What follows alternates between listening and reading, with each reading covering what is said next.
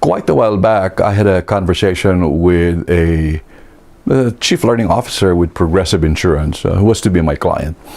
And in Progressive Insurance, they have so much of this compliance learning, compliance lessons, compliance mandatory training in all sorts of the different aspects of their industry and in their own company.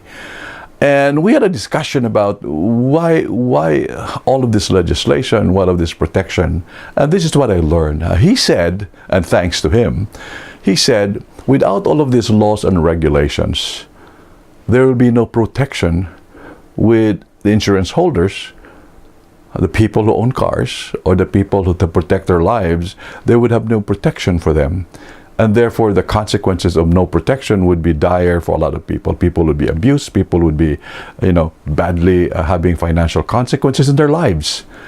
So once I learned from him in terms of how he defined it, he actually made it clear to me that behind compliance training is so much idea of in terms of benefits to the recipient of or the followers of the compliance training. And the laws are intended to impact people's lives more often than not in a positive way than in the negative way. So today, every time I look at a compliance training program, I don't look at the laws. I don't look at the policy foremost. What I do look at is that how does this law translated into impacting human lives, impacting people, impacting benefits to them.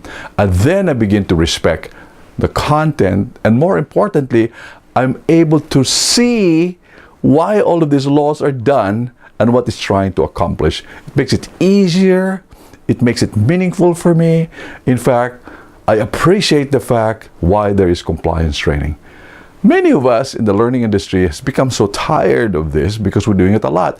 But if you go back to it, you're doing a very, very important job. So bless your heart.